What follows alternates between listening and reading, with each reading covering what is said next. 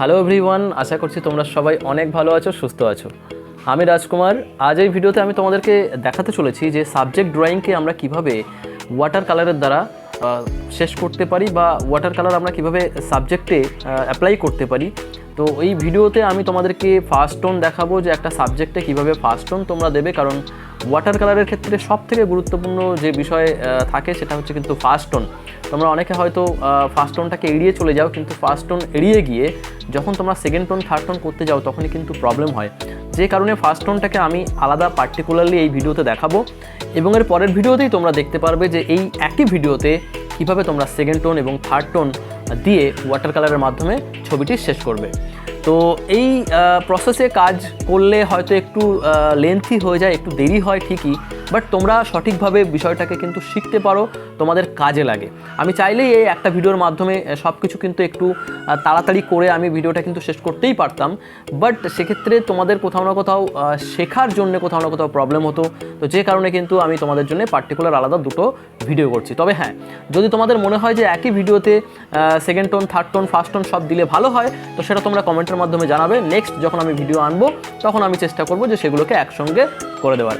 ওকে, তো চলো আর বেশি সময় নষ্ট না করে আমরা ফার্স্ট টোনটিকে দেখে নিই। তো ফার্স্ট টোন দেখার আগে আমি তোমাদেরকে আগে আমার উপকরণ দেখিয়ে দেবো যে আমি কী কী ব্যবহার করছি এখানে। তোমরা এখানে দেখতে পাচ্ছ, প্রথমত আমি তোমাদেরকে এই খাতাটাকে দেখাতে চাইবো। এটা হোমারের খাতা রয়েছে। এই খাতা কিন্তু দেখো 230 GSM এখানে লেখা রয়েছে। যদিও এই খাতাটা কিন্তু ওয়াটার কালারের জন্য যে অনেক বেশি বেটার আমি সেটা বলছি না, তবে যারা তোমরা শুরু করছো তাদের জন্য কিন্তু এটা দামও কম পড়বে এবং মোটামুটি যথেষ্ট ভালো খাতা কিন্তু আমি বলবো। ঠিক আছে, তো এটা তোমরা ব্যবহার করতে পারো। তার সাথে সাথে তোমরা তুলি ব্যবহার করতে পারো, সোনাইসের তুলি। এখানে তোমরা দেখতে পাচ্ছ আমি ব্যবহার করছি 10, 8, এখানে রয়েছে 4 নম্বর, আর 2 আর 1 নম্বর তুলি আমি ব্যবহার করছি। তো তোমরা এখানে কিছুটা ডিফারেন্ট কালার এখানে তুলি ব্যবহার করতে পারো। এখানে তোমরা 12, 10-এর জায়গায় 12 নম্বর তুলি ব্যবহার করতে পারো।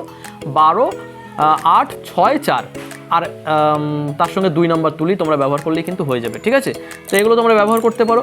তার সাথে সাথে এখানে আমি যে আর্টিস্ট কালার ব্যবহার করছি, এখানে তোমরা দেখতে পাচ্ছ আর্টিস্ট ওয়াটার কালার এখানে রয়েছে এবং এটা কিন্তু ক্যামেলের কালার। আর সেই সঙ্গে তোমাদেরকে জানাবো যে তোমরা যদি কালার ব্যবহার যখন তোমরা শুরু করছো, তো তোমরা কিন্তু এই ধরনের কালার কিন্তু তোমরা কিনতে পারো, কারণ এর থেকে যখন বড় কালার তোমরা নেবে না, তো সেই কালার কিছুদিন পরে কিন্তু একটু কোথাও না কোথাও হার্ড হয়ে যাবে, তো যেক্ষেত্রে প্রবলেম হতে পারে। মানে যদি তোমরা এই ধরনের কালার নিতে চাও তো সেক্ষেত্রে কিন্তু একটু প্রবলেম হতে পারে। তার কারণ হচ্ছে যে এই কালারটা যেহেতু অনেক দিন ধরে চলবে, তাই না? তো অনেক দিন ধরে চলতে গেলে কি হয়, কালারগুলো একটু হার্ড হয়ে যায়, যেক্ষেত্রে পরবর্তীতে না একটু প্রবলেম হয় কোথাও না কোথাও। তো তোমরা এটা দামও কম পড়বে আর তার সাথে সাথে এটা নরম থাকবে, যার জন্য কিন্তু কালার করতে সুবিধা হবে। ঠিক আছে, আর হ্যাঁ, অবশ্যই একটা কাপড় রাখবে, আর তার সাথে সাথে তুমি একটা মাস্কিং টেপও রাখতে পারো। মাস্কিং টেপে কি হয় যে তুমি যদি ওয়াটার কালার করছো, তাহলে যে বর্ডার এটা দিয়ে যে বর্ডার দেবে তার বাইরে কালার যাবে না, যেটা আমি তোমাদেরকে দেখাবো। তো এটা দিতেও পারো, নাও পারো, কোনো ব্যাপার নেই। ঠিক আছে, তো চলো এবার আমরা একটা সাবজেক্টের ফার্স্ট টোন দেখে নিই।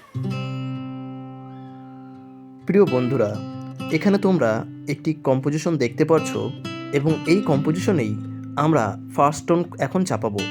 মনে রাখতে হবে, ফার্স্ট টোন করার সময় যতটা সম্ভব চেষ্টা করবে যে কালার যেন খুবই ফ্রেশ হয়। যে কারণে এখানে তোমরা দেখতে পাচ্ছ আমি প্রথমেই আকাশ করার সময় এখানে প্রথম একটি তুলির মাধ্যমে কিছুটা জল দিয়ে নিয়েছি জায়গাটিতে এবং তারপরেই তৈরি করা রঙটি দ্বারা এখানে জাস্ট আকাশে কালার ছেড়ে দিয়েছি এবং অটোমেটিক্যালি তোমরা এখানে দেখতে পাচ্ছ যে আকাশের একটা শেপ কিন্তু এখানে নিয়ে নিয়েছে। যদিও আকাশে আরও সুন্দর সুন্দর টোন দেওয়া যায়, কিন্তু শুরুতে তোমরা ঠিক এইভাবেই কালার করো।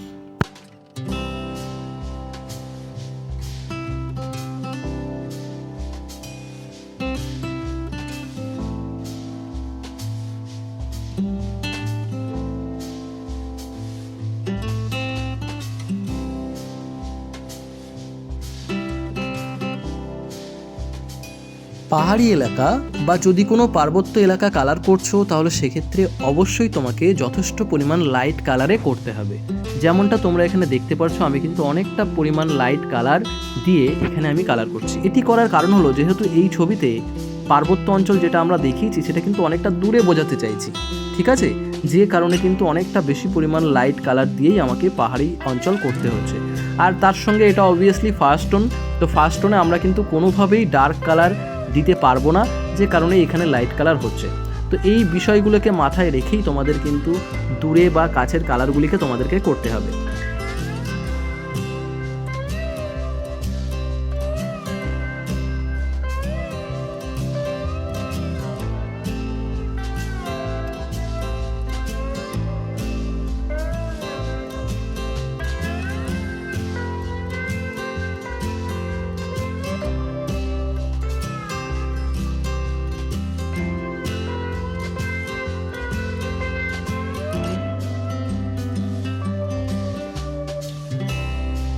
ওয়াটার কালারের আরেকটি দুর্দান্ত বৈশিষ্ট্য হলো যে মিক্সিংয়ের মাধ্যমে কালার তৈরি করা। তো এখানে যেমনটা তোমরা দেখতে পারছো, আমি কিন্তু বিভিন্ন কালারের মাধ্যমে ওয়াটার কালার মিক্সিং করছি এবং সেখানে একটা নতুন কালার তৈরি হচ্ছে এবং সেই কালারের মাধ্যমে কিন্তু আমি এখানে কালার করছি। সুতরাং তোমাদেরকে এটা বুঝতে হবে যে হঠাৎ করে একটা কালার তুলে নিয়েই দুম করে বসিয়ে দেবে না। এক্ষেত্রে তোমরা বিভিন্ন কালার মিক্সিংয়ের মাধ্যমে এখানে তোমরা কালার করবে, যেমনটা তোমরা এখানে দেখতে পাচ্ছ।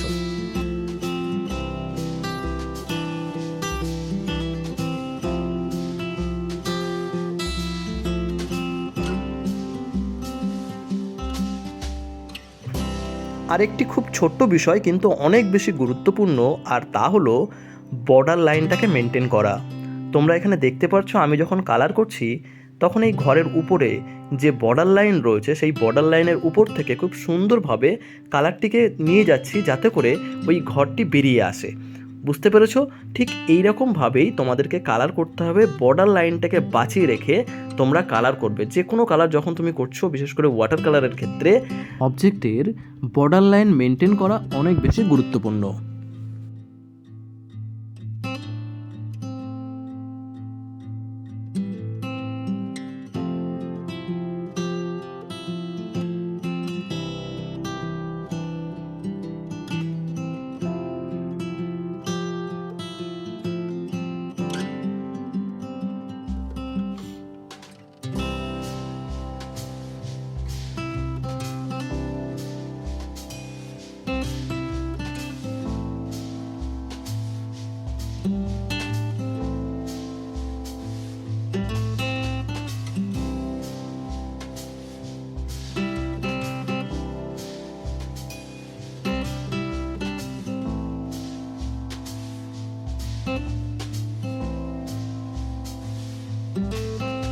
নিশ্চয়ই এখানে তোমরা একটা বিষয় ফলো করেছো যে এখানে বিভিন্ন কালারে কিন্তু আমি কালার করছি। এখানে যে গাছগুলি দেখানো হচ্ছে সেখানে কিন্তু দেখো কোথাও দেখো ডার্ক কালার করেছি, আবার কোথাও দেখো লাইট কালার করেছি। এটা করার উদ্দেশ্য একটাই, সেটা হচ্ছে যে এখানে কাছে এবং দূরের বিষয়টিকে বুঝিয়ে দেওয়া ফার্স্ট টোনেই।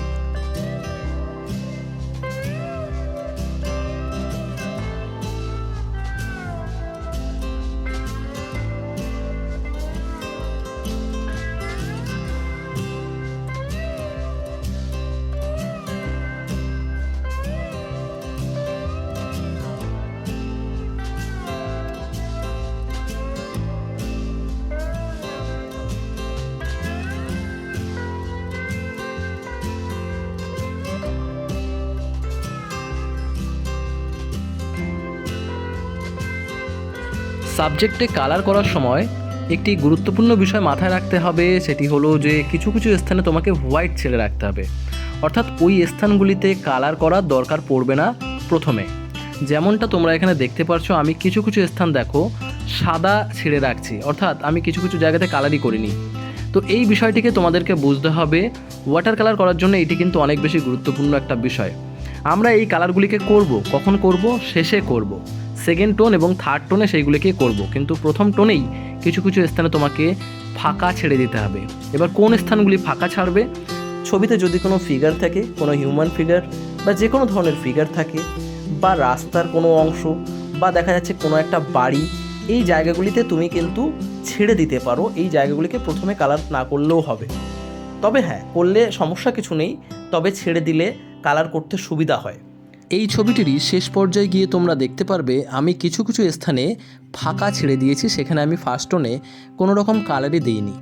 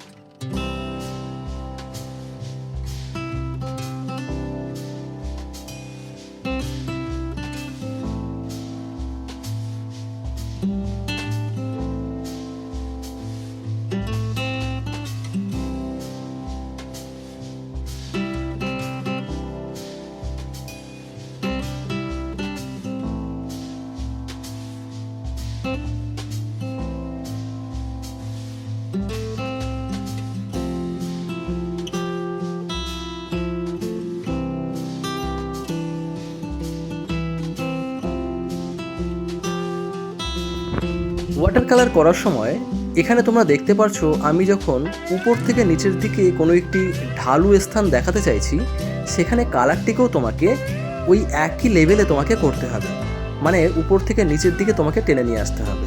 এটি কিন্তু অনেক বেশি গুরুত্বপূর্ণ বিষয়। অর্থাৎ কালার যখন তুমি কোনো একটি সমান স্থানে করছো তখন সেখানে তোমাকে কালারটিকে সেই একই রকমভাবে দিতে হবে। কিন্তু যদি তুমি কোনো উপর থেকে নিচের দিকে কালার নিয়ে আসছো, তাহলে সেক্ষেত্রে এখানে যেমনটা তোমরা দেখতে পাচ্ছ উপর দিক থেকে কালারটিকে নিচের দিকে এরকম কোনাকুনিভাবে তোমাকে টানতে হবে, এবং এখানেও তোমাকে কালার মিক্সিংয়ের মাধ্যমেই কিন্তু দেখাতে হবে, যেমনটা তোমরা এখানে দেখতে পাচ্ছ। আর সেই সঙ্গে কালার করতে করতে যে স্থানগুলিতে কোনো একটি অবজেক্ট পড়ে যাচ্ছে বা কোনো বস্তু পড়ে যাচ্ছে, সেই স্থানগুলিকে অবশ্যই খুব সুন্দর করে তার বর্ডার সাইডের বাইরে থেকে তোমাকে কালার করতে হবে। এটি কিন্তু অনেক বেশি গুরুত্বপূর্ণ।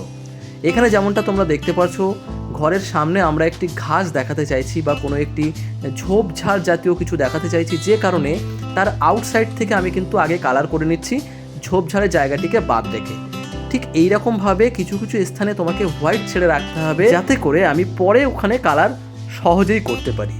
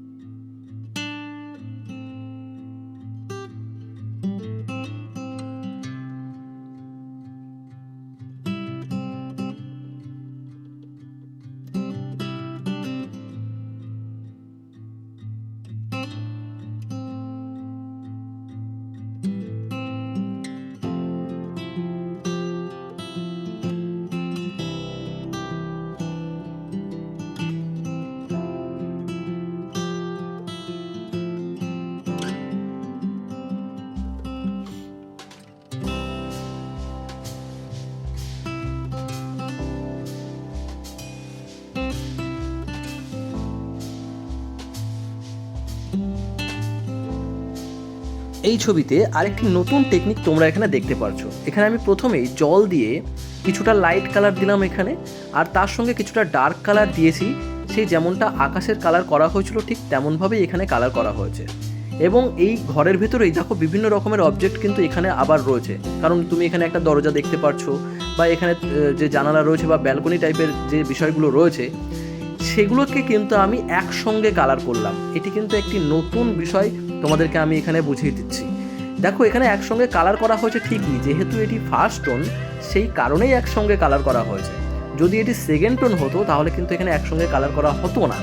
এক্ষেত্রে এর পরের ভিডিওতেই তোমরা এই বিষয়গুলোকে বুঝতে পারবে। তো এখানে কিছু কিছু স্থানে যখন তুমি ফার্স্ট টোন করছো তো সেখানে কিন্তু এক টানে তোমাকে কালার করে বেরিয়ে আসতে হয়, যেটার একটা উদাহরণ আমি তোমাকে এই বাড়িটার মাধ্যমে বুঝিয়ে দিলাম। আশা করছি তোমরা বুঝতে পারছো। এখানে যখন আমরা সেকেন্ড টোন করব তখনই কিন্তু অন্যান্য যে বিষয়গুলো এখানে রয়েছে, অর্থাৎ এখানে যে দরজা রয়েছে জানালা রয়েছে সেগুলোকে কিন্তু আমরা এখানে বুঝিয়ে দিতে পারবো। আশা করছি তোমরা বুঝতে পারছো। নেক্সট এখানে তোমরা দেখতে পারছো এই যে স্থানটিতে এখন কালার করা হচ্ছে, এখানে যেহেতু ছায়া পড়বে, ছায়া বলতে এই স্থানটাতে তো লাইট পড়ছে না, যে কারণে এখানে আমরা কিন্তু ডার্ক কালার দেখিয়েছি। তো এইরকমভাবেই তোমাকে আইডেন্টিফাই করতে হবে কোন কোন স্থানে ডার্ক কালার পড়ছে এবং কোন কোন স্থানে লাইট কালার পড়ছে, আর সেই অনুযায়ী তোমাকে কালার করতে হবে ফার্স্ট টোনে। আশা করছি এই পর্যন্ত তোমরা খুব ভালোভাবে বুঝতে পেরেছো।